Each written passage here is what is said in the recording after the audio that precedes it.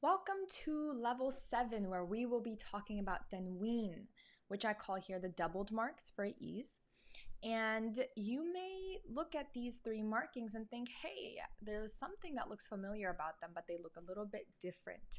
So in Arabic, Tanween is basically any doubled sound with fatha, dhamma, or kasra. So you can see here, this looks sort of like a fatha, but there's 2 of them. And in Arabic, the word for 2 fathas is fathatain. The Arabic word for kasra, for 2 kasras, is kasratain, and the Arabic word for 2 dhammas is dhammatain. And so I'm not too pressed on you guys memorizing these terminologies. Just be familiar with them.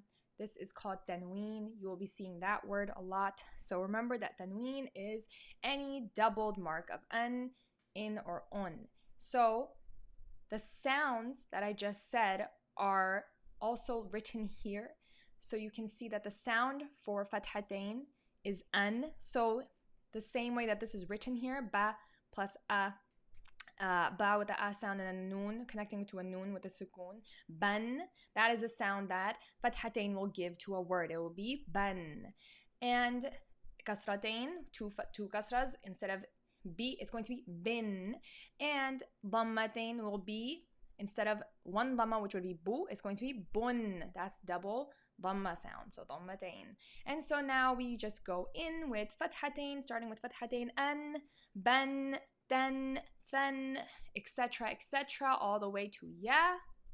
And we make some words with fathatain. Here we have kaf with the a, so ka, the. And then we have ban, kadhiban, okay?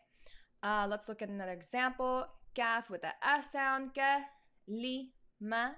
And then tan, kalimatan, kalimatan, okay? And so that is the sound of a fathatain, double fatha. Here is kasratain, in, bin, tin, etc., etc. Here are some examples of kasratain. We have ain with the a kasra, I, and then we have waw with the fatha, wa, iwa, and then we have jim, kasratain, it's under, jin, iwa, jin.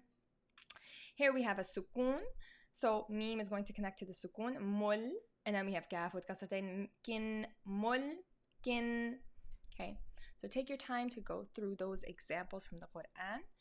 And here we mixed it up. Let's make sure we remember these. We have ayn with the fatha. What is that? That is a long fatha. La. Mim with the long fatha. Ma. And then ta with a double kasra. Tin. A. La. Ma. Tin. Ala. Ma. Tin. Right? And so we're keeping everything we've learned in practice. Un. Dhammatain is the same. Un. Bun. Tun. Thun. Etc., etc. Here are some examples. Let's look at this one right over here. We have ha, and then we have sin with a ya after it, and we remember that we make it long because ya is a vowel that goes with a kasra. So sin will be stretched. Si, hasi, and then we have ra with a dhammatain. Run, hasirun, ra. And there's a hamza after it. Hamza has a u. Hamza makes the same sound as the alif, basically. So u. And then we have a wow after it. We remember that wow pairs with dhamma. So u, ra'u. And then we have dhammatain, double dhamma, tanween, fun. Ra'u, fun, ra'u, fun. Right. And finally, we have a worksheet. And here we are going to circle all the tanween, the double marks in these words.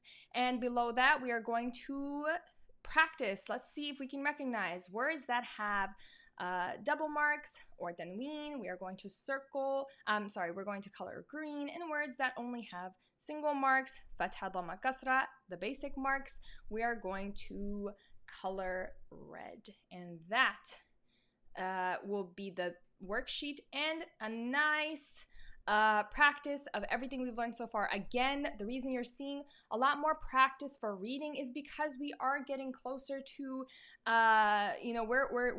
we're more than halfway done with this book, which means we're getting closer to reading the Quran itself. So we want to get in as much practice of words and being able to read more efficiently as possible. So that's why you're seeing a lot of reviews and a lot of reading practice.